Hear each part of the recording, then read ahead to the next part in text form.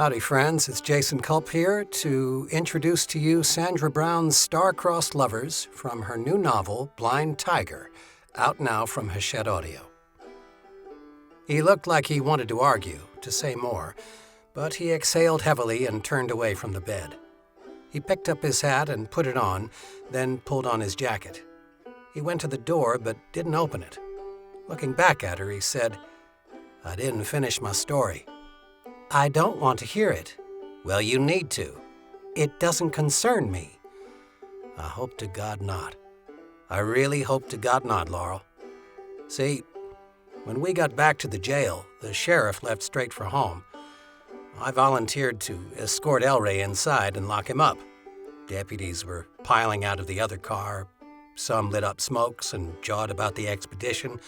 Others went inside. I hung back with Elray and seized the opportunity to ask him in private what he'd been lying about. He'd told you the truth, but not all of it.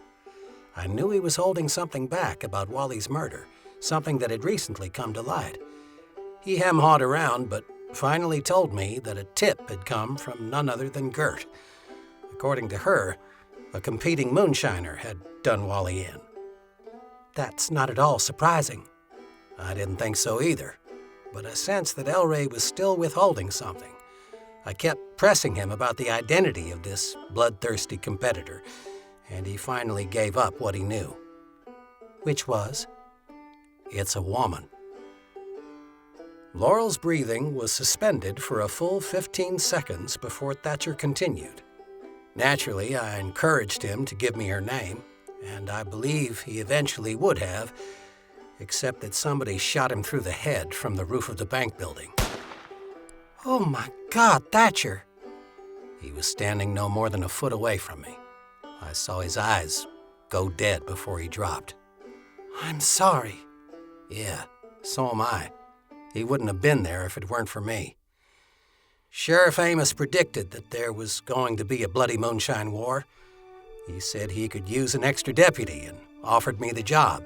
I turned him down, told him it didn't have anything to do with me, that it wasn't my fight, and I wouldn't be taking sides. That's the thing that changed tonight." He reached into his pocket, took out the now familiar badge, and looking back at her, pinned it to his lapel. Irv was standing in the kitchen, holding the shotgun aimed at the door through which Thatcher had to pass on his way out. The two squared off, and when Irv spotted the badge, his scowl deepened. "Badge or not, I could shoot you for trespassing." "You could, but just so you know, I'm unarmed. To a jury, that might look like murder." "I could murder you for messing with my daughter-in-law." "I'd be dead. Laurel would be left to suffer a scandal." "It's Laurel now, is it?" "Yes." Thatcher walked forward until the barrel of the shotgun was inches from his belly. "It's Laurel. And hear me, Plumber. If you and your moonshining get her killed, I'm going to kill you." He allowed time for the words to sink in, then he stepped around the old man and left through the back door. Blind Tiger by Sandra Brown. It's a humdinger, friends.